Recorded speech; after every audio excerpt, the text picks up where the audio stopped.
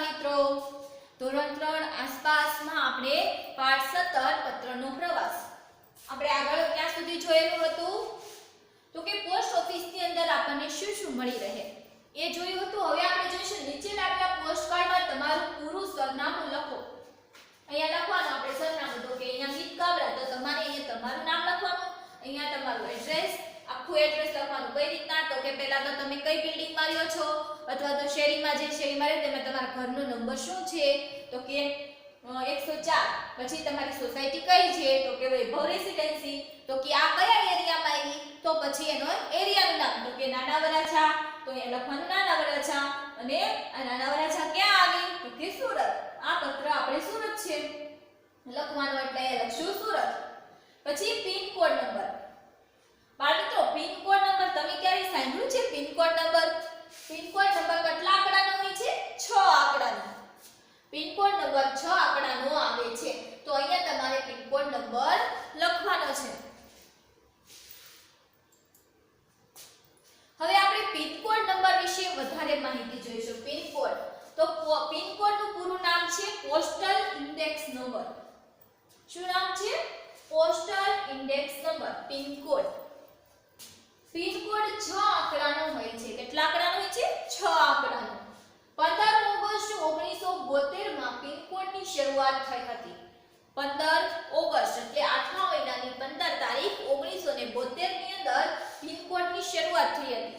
હવે pin code 6 આંકડાનો છે એનો મુખ્ય હેતુ શું છે જોઈએ। 3 એટલે કે ભારતનો એક ભાગ, ભારતના આપણે કુલ 8 ભાગ છે એમાંથી ત્રીજો ભાગ એટલે ભારતનો ભાગ, એક ભાગ એટલે આ ત્રીજા ક્રમનું આવે। પછી 9 નંબર છે એ આપણા રાજ્યનું છે, 5 નંબર છે એ જિલ્લો આવે છે અને આ 3 પાછળના અક્ષર છે એ શું આવે? જિલ્લામાં આવેલી પોસ્ટ ઓફિસ દર્શાવે છે। તમે જે પિન કોડ લખો હોય એના ઉપરથી પોસ્ટ જે ટપાલ હોય ટપાલી એને અડધી ખબર પડી જાય છે કે આ કયા એરિયામાં મોકલવાનું છે। કદાચ એડ્રેસ આમ તેમ હોય તો ઈ આ પિન કોડ દ્વારા એડ્રેસ મેળવી શકે છે। આ ક્યાંનો પિન કોડ છે? સુરતનો।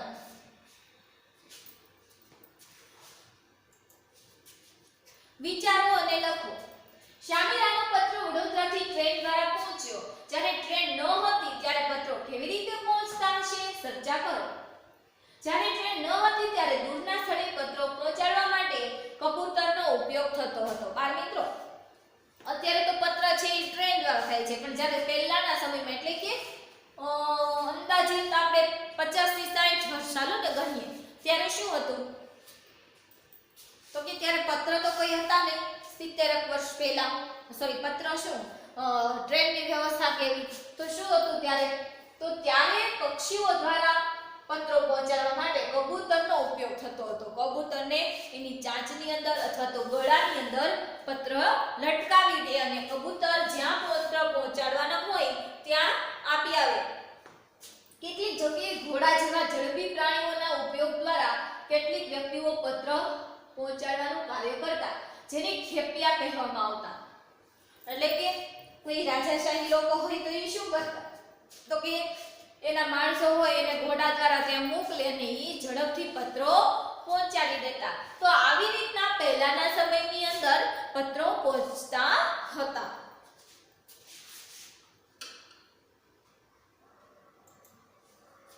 પોસ્ટ ઓફિસમાં શું શું જોવા મળે છે? પોસ્ટ ઓફિસમાં દરેક બારીઓ પર જુદા જુદા કામ થતા જોવા મળે છે। એક બારી પર ટિકિટો, કવર, પોસ્ટકાર્ડ, આંતરદેશીય પત્ર, મની ઓર્ડર, ફોર્મ વગેરે વેચાય છે।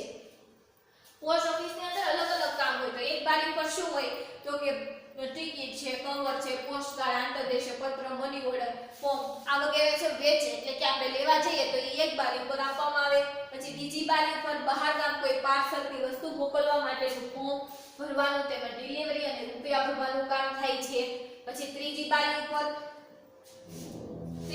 પર આપણે બીજા સ્થળે કોઈને રૂપિયા મોકલવા માટે મની ઓર્ડર ફોર્મ અને રૂપિયા સ્વીકારવામાં આવે છે। આવી રીતના અલગ અલગ બારી પર અલગ અલગ કામ થાય છે। એક બારી પર શું થાય ટિકિટ છે, કવર છે, પછી આંતરદેશીય પત્ર, મની ઓર્ડર, ફોર્મ આ વગેરે આપે। પછી બીજી બારી ઉપર તો કે આપણે કોઈ પાર્સલ છે, વસ્તુ મોકલવાની કે ફોર્મ ભરવાનું છે, કોઈ રૂપિયા ભરવાનું કામકાજ છે, ડિલિવરીનું કામકાજ છે, તો આ બધું છે એ બીજી એક બારી ઉપર થાય છે. પછી એક બારી છે એનામાં તો કે રૂપિયા મોકલવાના હોય, મની ઓર્ડરના ફોર્મ અને રૂપિયા સ્વીકારવામાં આવે છે. પોસ્ટ ઓફિસની અંદર જે ટપાલો આવી હોય અથવા તો ટપાલ ભાઈઓ જે ટપાલો લાવ્યા હોય તેના પર સિક્કા મારી અને ગામ, તાલુકા, જિલ્લા અને દૂરના સ્થળોનું વિભાજન થાય છે. તો કે આપણે જે પોસ્ટમેન છે એ ટપાલી પોસ્ટ ઓફિસે લઈ જાય, પછી ત્યાં એને સિક્કા મારવામાં આવે, પછી એને અલગ અલગ એરિયા વાઇઝ એને અલગ અલગ કરવામાં આવે છે, શહેર વાઇઝ અલગ અલગ કરવામાં આવે છે. તો એવું કામ થાય છે. પછી આ ઉપરાંત નાની બચત પત્રો, રિકરિંગ ખાતું વગેરેનું પણ કામકાજ થાય છે પોસ્ટ ઓફિસની અંદર. બીજું બચતનું પણ કામકાજ થાય. પછી બચત પત્રો છે, રિકરિંગ ખાતું છે, આવું બધું અલગ અલગ થાય છે કામકાજ.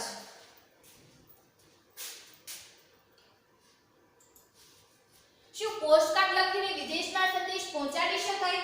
ના, વિદેશની અંદર આપણે પત્ર પહોંચાડી શકતા નથી. પોસ્ટકાર્ડ લખીને વિદેશમાં સંદેશો પહોંચાડી શકાતો નથી. આપણે આટલા વિસ્તારની અંદર એટલે કે એકબીજા શહેરની અંદર મોકલી શકીએ છીએ, પણ વિદેશની અંદર આપણે પત્ર મોકલી શકતા નથી. તો આપણે એની સાથે વાત કરીએ તો શું કરવાનું? તો કે આપણે ફોન કોલ, વિડિયો કોલ એવું કરી શકીએ છીએ, પણ પત્ર મોકલી શકતા નથી.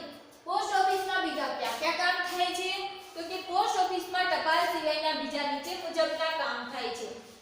તો કે ચીજ વસ્તુઓના પાર્સલ અને મની ઓર્ડર દ્વારા મોકલેલ રૂપિયા આપણા સગા સંબંધીઓ તથા મિત્રોને પહોંચાડવાનું કામ. આપણે જે પાર્સલ છે, મની ઓર્ડર છે કે રૂપિયા છે, કાંઈ પણ મોકલું છે એને પહોંચાડવાનું કામ એ લોકો કરે છે. પછી ટેલિફોન બિલ અને લાઇટ બિલ ભરવાની વ્યવસ્થા કરવાનું કામ. પૈસાના રોકાણ માટે રાષ્ટ્રીય બચત પત્રો કાઢી આપવાનું કામ. પછી રૂપિયાની બચત માટે બચત ખાતું અને રિકરિંગ ખાતું ખોલવાનું કામ. આ પોસ્ટ ઓફિસમાં ઘણા બધા કામ થાય છે. જુઓ, મની ઓર્ડર, પછી આ કિસાન વિકાસ પત્ર છે, તો આવી રીતના પત્રો પણ કાઢી આપે છે. પછી રિકરિંગ ખાતું એટલે કે પૈસાનું જે બચત ખાતું આવે એ પણ ત્યાં કરે છે. તો આવી રીતના અલગ અલગ પ્રકારના ઘણા બધા કામ છે એ પોસ્ટ ઓફિસની અંદર થાય છે. રીના અને રાધા પત્ર વિશે શું વાતચીત કરી રહી છે જોઈએ. તમને ખબર છે આજે મેં વર્ગમાં પત્રની મુસાફરી વિશે ભણ્યા. મારી નાનીને પત્ર લખવો છે. રીના જે એની મોટી બહેનને કહે છે, રાધાને, કે અમે આજે છે ને સ્કૂલની અંદર પત્રની મુસાફરી નામનો પાઠ ભણ્યા, તો મારે આજે નાનીને પત્ર લખવો છે. તો રાધા શું કહે છે, તું પત્ર લખી શકે, હું ફોન કરવા જાઉં છું, જો સાથે આવવું હોય તો તું આવી શકે. એ કે તારે પત્ર લખવું હોય તો તું લખી લે, હું તો ફોન કરવા જાઉં છું, જો તારે મારી સાથે આવવું હોય તો તું આવી શકે છે. રીના અને રાધા ગામમાં આવેલી એક દુકાને ફોન કરવા ગયા. પહેલા તો ઘરે ફોન હતા નહીં, તો આવી રીતના શું હતું, એસટીડી ફોન બૂથ, તો આવી રીતના ત્યાં ફોન કરવા જવું પડતું. રાધાએ નંબર લગાવ્યો, બંને તેમની દાદી સાથે વાત કરી, તેઓએ દુકાનદારને પૈસા આપ્યા, ખૂબ જ આનંદ સાથે ઘરે પાછા આવ્યા. બાળમિત્રો, અત્યારે તો આપણે ફોનની સુવિધા છે એટલે વાત કરી શકીએ, પણ જ્યારે પહેલાના સમયની અંદર ફોન કે એવું કાંઈ હતું નહીં, ત્યારે પત્ર સિવાય બીજો કોઈ ઓપ્શન હતો નહીં, એટલા માટે ત્યારે પત્ર લખવાની જરૂરિયાત થતી હતી. અત્યારે આપણે પત્ર લખવાની જરૂર પડતી નથી, કારણ કે અત્યારે આપણે ફોન દ્વારા વિડિયો કોલ છે, ઓડિયો કોલ દ્વારા વાત કરી શકીએ છીએ. વિચારો અને લખો. તમે બધાએ ટેલિફોન કે મોબાઈલ ક્યાં ક્યાં જોયા છે? જોયા છે તમે મોબાઈલ ફોન? હા, જોયા જ હોય ને. અત્યારે તો આપણે ઓનલાઈન મોબાઈલમાં તો ભણીએ છીએ. જુઓ, બધાએ ટેલિફોન ઘર, શાળા, હોસ્પિટલ, ટેલિફોન બૂથ, વિવિધ કચેરીઓમાં જોયા હશે અને મોબાઈલ ફોન તો દરેક વ્યક્તિઓ પાસે જોયા હશે. અત્યારે તો સુવિધા છે એટલે અત્યારે તો બધા પાસે આપણને મોબાઈલ ફોન જોવા મળે છે. ખુદ અત્યારે તો આપણા હાથમાં પણ મોબાઈલ ફોન જોવા મળે છે, કારણ કે અત્યારે આ કોરોનાના લીધે આપણે પણ ફોન દ્વારા ભણવું પડે છે. ટેલિફોન કે મોબાઈલ પર તમે કોની સાથે વાત કરો છો? ટેલિફોન કે મોબાઈલ પર અમે અમારા મિત્રો અને સગા સંબંધીઓ સાથે વાત કરીએ છીએ. આપણને એમ થાય કે આની સાથે વાત કરી છે તો આપણે કોઈ પણ સાથે ફોન દ્વારા વાત કરી શકીએ છીએ. તમને પત્ર લખવો અથવા ફોન કરવો બંનેમાં શું પસંદ છે? કેમ? મને પત્ર લખવા કરતાં ફોન કરવાનું વધારે પસંદ છે, કારણ કે પત્ર પોસ્ટ ઓફિસ દ્વારા 2-3 દિવસ પછી પહોંચે છે, જ્યારે ફોન દ્વારા તરત જ સમાચારની આપ-લે થઈ શકે છે. અતિ આવશ્યક બાબત હોય તો ફોન દ્વારા તરત જ તેનું નિરાકરણ લાવી શકાય છે. પત્રની જેમ રાહ જોવી પડતી નથી. પહેલાના સમયમાં જ્યારે પત્ર મોકલતો ત્યારે એને 2-3 દિવસે પત્ર મળે, પછી સામેવાળા પત્ર લખે, પછી એના ઘરે આવે, તો એમાં કેટલો ટાઈમ જતો રહે. ત્યાં સુધીમાં એને કોઈ આવશ્યક વાત હોય તો એનું નિરાકરણ થઈ શકે નહીં. એટલા માટે ફોન દ્વારા આપણે વાત કરીએ તો આપણને તરત જ સમાચાર જાણવા મળે છે. કાંઈ એવું હોય તો આપણે એનું તરત સોલ્યુશન કરી શકીએ છીએ, નિરાકરણ લાવી શકીએ છીએ. એટલે ફોન દ્વારા વધારે સરળ પડે છે.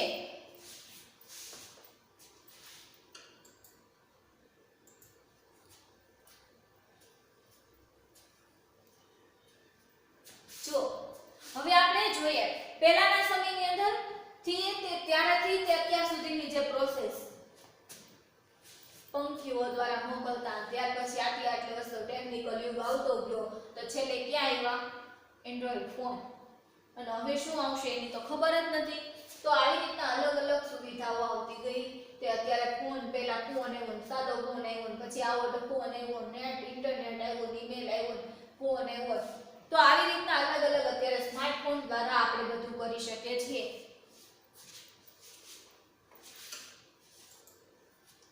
ચિત્ર દોરો અને રંગ પૂરો. ટેલિફોન, મોબાઈલ અલગ અલગ પ્રકારના હોઈ શકે છે. તમે જોયેલા ટેલિફોન, મોબાઈલના ચિત્ર દોરો. પહેલાના સમયની અંદર આવા ફોન હતા. જો આની અંદર કેમ થતું? તમારે કોઈને ફોન કરવો હોય તો એની અંદર અહીંયા કાણા આવતા નંબરની જગ્યાએ. તમે જે નંબર દબાવો એની અંદર આગળ નાખીને આમ ફેરવવાનું. એવી રીતના મોબાઈલ નંબર ડાયલ કરવાનો અને આપણે ફોન કરી શકતા. તો પહેલાના સમયની અંદર. ત્યાર પછી હવે સાટા થોડીક આગળ સુવિધા વધતી ગઈ તો ફોન સુધારા થતા એવા. હવે આપણે કેવા વાપરીએ છીએ? સ્માર્ટફોન. જોઈ શકો છો તમે અહીંયાથી આપણે છેલ્લે અત્યારે સ્માર્ટફોન, અને હવે તો અત્યારે કેવી વોચ આવી છે? Smart watch. આપણે સ્માર્ટ વોચ દ્વારા પણ વાત કરી શકીએ છીએ.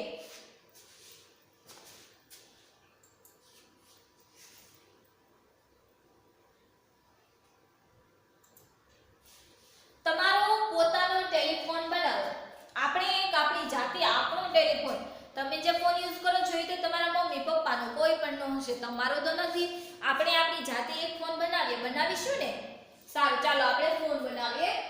ખાલી દિવાસળીની પેટીઓ અથવા આઈસ્ક્રીમના કપ દોરો. બંને દિવાસળીની પેટી અથવા આઈસ્ક્રીમના કપમાં કાણ ઉપાડો. બંને કાણામાંથી દોરો પસાર કરો.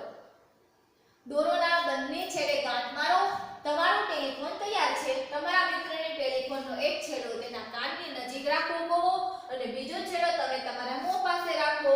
ધ્યાન રાખો દોરો ખેંચાયેલો રહે અને ક્યાંય અડે નહીં. વાતચીત ચાલુ કરો. શું કરવાનું છે?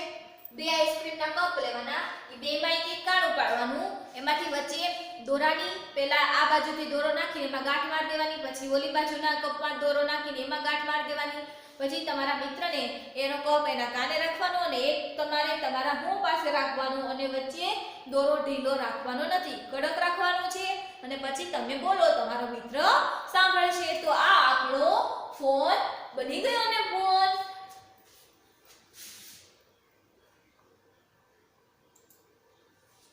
ટેલિફોન અને પત્રમાં શું સરખું છે અને શું જુદું છે?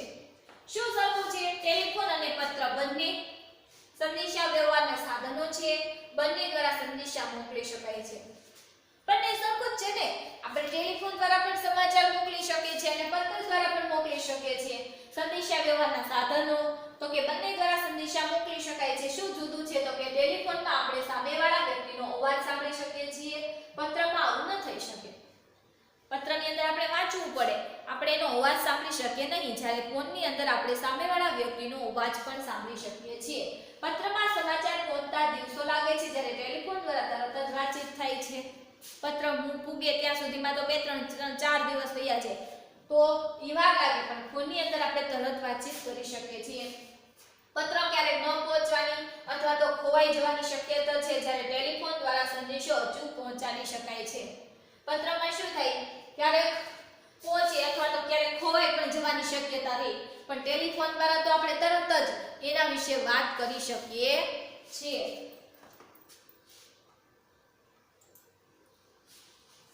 બાળમિત્રો અહીંયા આપણો પાઠ 3 પર્યાવરણનો પાઠ 3 પત્રનો પ્રવાસ પાઠ પૂરો થયો. હવે આપણે શું કરવાનું છે? આગળના પીરિયડની અંદર આપણે એના સવાલના જવાબ, વિકલ્પો, ખાલી જગ્યા, ખરા ખોટા જોઈશું. પણ આપણે આ પાઠની અંદર આપણે જે પત્રનું શીખા પત્ર વિશે ઈ પત્ર તમારે લખતા શીખવાનું છે. તો તમારે તમારી નોટબુકની અંદર પત્ર લખવાનું છે અને જે સવાલના જવાબ પાઠની અંદર આજે જોયા એ તમારે તમારી પાઠ્યપુસ્તકની અંદર પૂરવાના રહેશે.